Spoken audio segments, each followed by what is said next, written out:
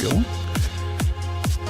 PJNet.TV. It is 9:01. Oh, sorry to keep you waiting. Tough business here. And our bumper is running. We have a special first-time guest waiting for us in the green room. And we're recording, and the chat room is waiting to see. So we'll start counting down to Studio 8.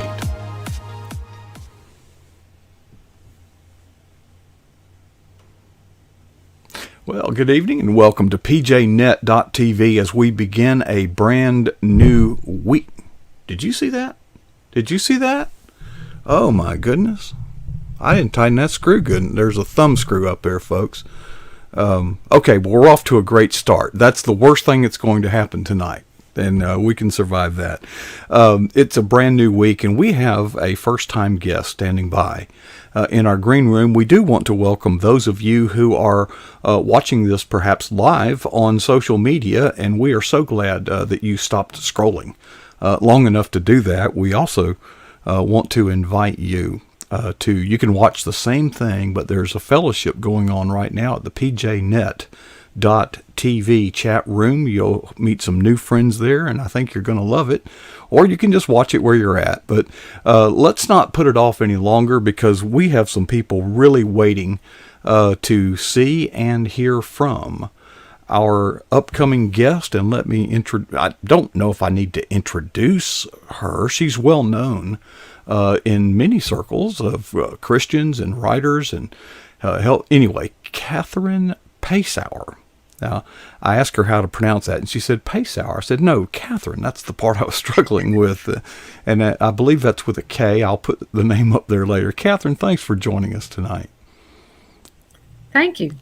It's wonderful to be here. It is, and it's been a long time. Katherine, I haven't seen you since, I believe, November, over a year ago, 2 years ago, wasn't it, at the North Carolina Christian Writers Conference.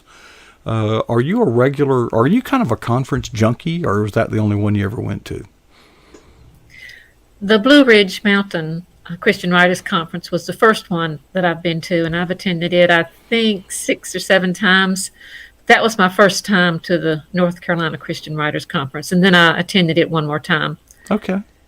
But I live on a farm and have animals to take care of, so it's hard for me to be a junkie at writers' conferences. Those horses get hungry. And you know what? It doesn't matter if it's raining or cold or whatever. It happens. Folks, for just in the way of brief introduction, if you have not known Katherine, Katherine had an interesting way of resolving a conflict in her career. She apparently has an interest in health and has an interest in education. So you pursued a career as... My early part of my career as a physical education teacher, elementary school, and a coach. I coached several sports at high school level. But then I decided that I wanted to work with students that are going to be teachers. And so I went back and got a degree so that I could teach at the university level. And I spent the last 20 years of my career teaching at Lenoir-Rhyne University in Hickory, North Carolina. I loved it. I love mentoring students. It's been a very rewarding career for me. I miss it a lot. Had a hard time adjusting to retirement. How long have you been out of it? I retired 5 years ago, but I've been continuing to teach some part-time. I guess it gets in your blood, and I guess they call you and they, how do you say no? You can't. Sometimes I call them and say, you got anything? I really do enjoy teaching, but I've transitioned some into teaching more Bible studies, and so that's been very rewarding as well. Well, I can remember a long time ago when God invented dirt, I think, in the, college professors were, there were 2 things on their mind. One, tenure, but the other was this notion that was out there in the college professor realm: publish or perish. So every college professor was also working on a book of some kind, and this was in the social sciences, by the way, so you can always write a book, Did you experience that, and did it affect what you're doing today? I did not experience it as much as a lot of the faculty do at large universities. I was at a private school, and we really emphasized the student, Hmm. putting the students first. And so, even though we were expected to publish some, it was not to the extent of the parish stage. And we really valued our students and helping them reach their fullest potential. And so, I was blessed, very much blessed, to be in that type of environment because that's what we're there for. We're there for the students. So Well, that was I could see the winds blowing. I was a student, but I had no idea on the inside. What the pressure that these professors were under. But I did notice this as a social scientist. If you ever publish a book, that book would have references to other people who have published a book. And I think at some point it begins to become artificial because where's the truth? They're all just quoting each other. hmm Where is the authoritative foundation of what they're all saying? In other words, if enough of them publish a book and quote each other, it becomes accepted as the truth. hmm That's not the biblical model, I don't think. No, and with your uh, social sciences being your area, then you were far removed from what we perceive now to be truth, which is, God's word. But you were on the other end of the spectrum, I would say. And Catherine, this was at the People's Republic of Florida State University, the Berkeley of the South. I mean, I got a very liberal education. I had two majors, sociology and psychology. I minored in political science and religion. Now, and I graduated with a 3.92. The only class I didn't make an A or a B in was statistics, EXP 2000, which is to the social sciences what organic chemistry is to the natural sciences. But anyway, Mhm. but you love education. You've been out of it for 5 years. Did the writing journey for you, the blogging and the circling up with all these writers and authors, was that kind of a product of retirement, or was that something that has been chronically building over the term of your career? I've always loved to write. Even when I was a teenager, I would write short stories. I've written numerous Christmas plays for my church. I really do love to write. And my students always thought I was nuts. One of the courses that I taught was a research class. And the first day I would tell them, I love to write. And they'd say, because they didn't. But since retirement, I've transitioned much more into writing Bible studies or making contributions to compilations of Bible studies and a weekly blog. I've had more time to be able to devote to writing, and so I've transitioned into an area that's very dear to my heart, very meaningful for me. Well, speaking of your weekly blog, you teed that up really good. Thanks for the segue. KatherinePasour.com. It's on the screen, so that'll help you spell Catherine. It's with a K. And I know everybody knows how to spell Pasour. There is no Y.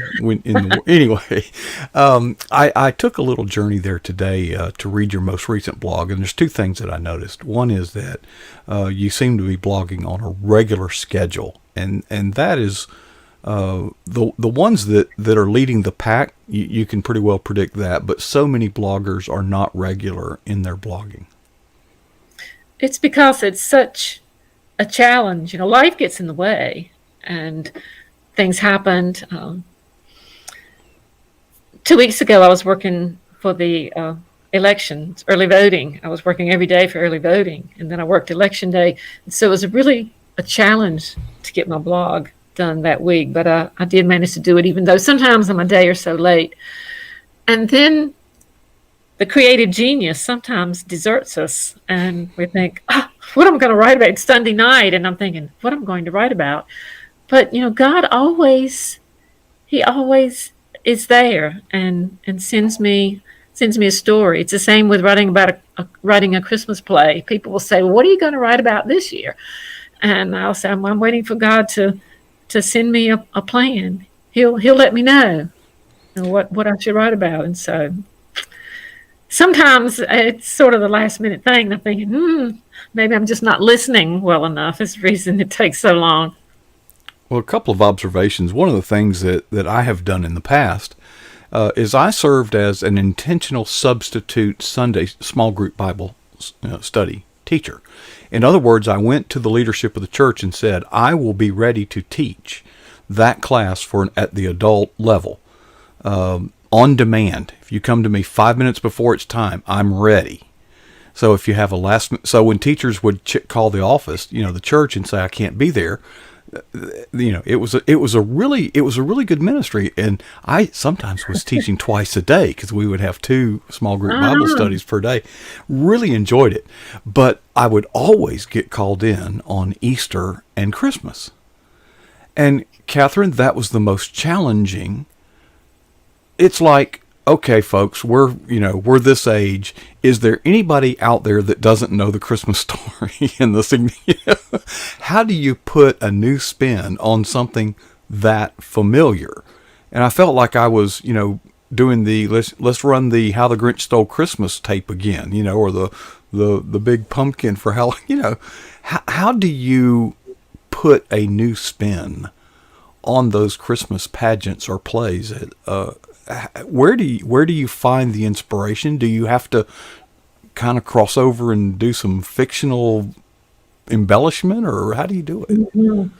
Well, first of all, let me say that I bet that your folks at church wanted to kiss your feet for being willing to step in at the last minute like that. Because usually Katherine, I enjoyed it. Hey, listen, I could, I didn't have to, if they didn't have to put up with me and I didn't have to put up with them. It was really, because I'll be gone next week. So don't worry about it. If you don't like it, your regular teacher will be back. But I got to meet so many people. It's a large church. I mean, when you're having 2 Sunday school hours, there's so many people that you never meet. And it was such a blessing, because now I would see those people, hey, how you doing? And it was really a fun ministry, and I do believe it was meaningful to the teachers who the pressure was off, because they knew that if they had to be out, there was someone already in place, and I was glad to do it. It's a lot of fun. Well, you were a blessing for them, I'm sure. But in regard to your question, where do I get the inspiration? I always include the Christmas story. It's always at the forefront. But then I create a fictional story around the Christmas story. So I'll place it in Bethlehem. It might be a little boy whose father was injured, and he is resorting to stealing food to provide for his mother. And that he intersects with Mary and Joseph, and the story goes from there. It just, or one year I wrote about what did Joseph feel? What might have Joseph been feeling when he found out that Mary was pregnant? And what about the ridicule that he received? Oh yes, and how he felt about wanting to protect her, even though he really wanted to just run away, but he felt obligated, but that he really cared for her. And so he was deeply hurt. I tried to put his human emotions into it. And one year I wrote about the shepherds. The shepherds were considered the lowest of the low in that society, and yet they were the first to be welcomed to see the baby. And so I learned all about the historical aspect of what it was like to be a shepherd during that time. So I always, as I said, the Christmas story, the birth of Jesus and what God's gift meant for the rest of us is always at the forefront. But then I put a story with real people. That's not to say that Jesus isn't real, but ordinary people. Put them into the picture. Everyday people, yeah. Everyday people. And so it becomes meaningful for the audience when they come to see it. And then, of course, we have a dinner theater, and so if you feed them, they will come. And so we feed them, and we have 2 or 3 different episodes of the play, so they can come at various times.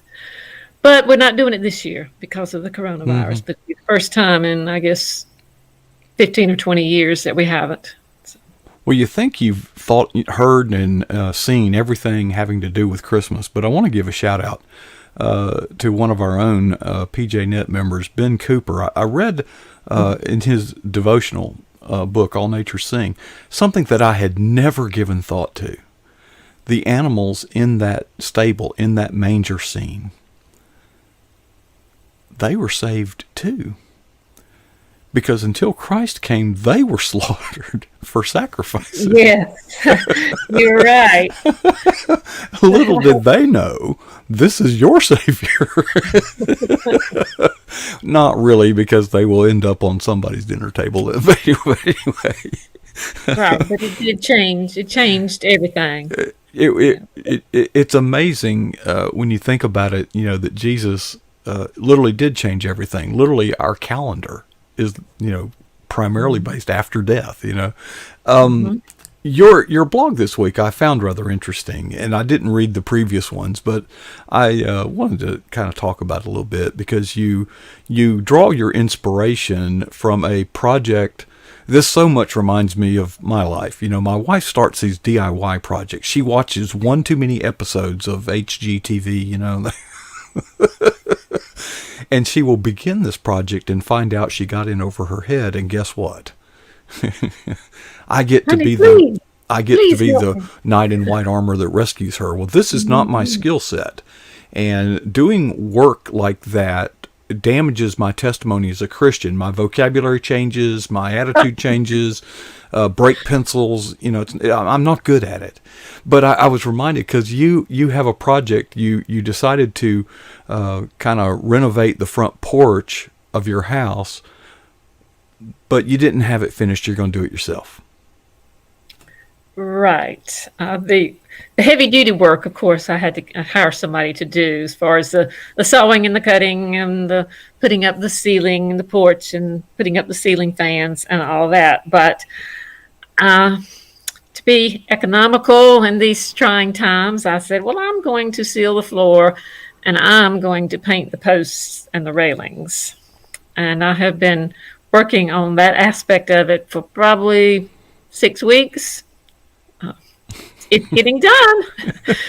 But the wood will rot before you get it protected. That's why I said, keep asking myself, am I going to finish it by next summer so that I can enjoy it? But it's getting there. And as I mentioned in the blog, it's given me time to contemplate. I've had to work around the weather. We've had a lot of rain, and so I can't do it when it's rainy, because the water splashes up on the porch, on the railings when it rains. And so I've had to work around the weather, had to work around family responsibilities. And so it's not like I can go out there all day, every day and paint. So, but it is getting there. You could see the picture that I had with the blog that some of the posts were painted, even though some of them were not. You could see that I had made progress. Well, I was fascinated that you took this rather frustrating circumstance and turned the spotlight on hope. Yes. Because why bother? Why bother to put a new roof on your house, or to change the oil in your car, or to take... You are a good example. See, when your wife needs help, you step up and help. You are maintaining your relationship. And that's what I'm trying to do with my house, is to maintain it, even to make it a little bit better. And it's because I have hope for the future, that even if I don't live here forever, which of course I won't, that perhaps somebody else might appreciate that front porch someday. And so, I mentioned in the blog that two of my favorite verses are, Jeremiah 29:11, for I know I have the plans for you, plans to prosper you, to give you hope and a future. Or, Isaiah 40:31, those who hope in the Lord shall renew their strength. They shall mount on wings as eagles. They shall run and not be weary. They shall walk and not faint. And there's so many times when we're tired and weary, we just want to sit down and just say, I give up, I quit. But, something inside, and God sends us that little voice that says, Get up. Get up. You can do it. Just keep going, one step at a time, one day at a time, maybe just one moment at a time, one kind word at a time. Well, time doesn't permit, but I wish it did. I can assure you from personal experience, from an experience I had over 40 years ago, you're not tired. You're just not inspired. Say that again? You're not tired. You're just not inspired. Oh, you're speaking in general terms. In general terms. When you say, when you feel like you can't go on, oh, yes, you can. With proper inspiration. Right. There's a little more down there. Long story behind that. I've told it before. Many of you have heard it, but we don't have time. In fact, our time is gone. Yes. I hope that you will visit the pjnet.tv chat room. There's many comments in there. Your just a sample from JD. Your church makes 300 gallons a year of what? Brunswick stew? Oh, yes. Actually, usually it's more than 300, but... Do you know how much heartburn you're responsible for? How much what? Heartburn. Oh, it's comfort food. It's comfort food on a cold winter night. I have a secret ingredient for the chili and Brunswick stew when I make it. I just put the Zantac in it when I try. That's tough, yes. Well, Catherine, it's really been a joy having you share with us here on pjnet.tv. There's so much more we just don't have time to go over, but many out there have drawn wisdom from your leadership. Many have drawn inspiration from your leadership, and you are held in the highest regard in the lives of those that you intersect with. And it's just a privilege and an honor to have you come share with us here tonight. And we hope that you continue in your ministry, and we hope to hear from you again in the not too distant future.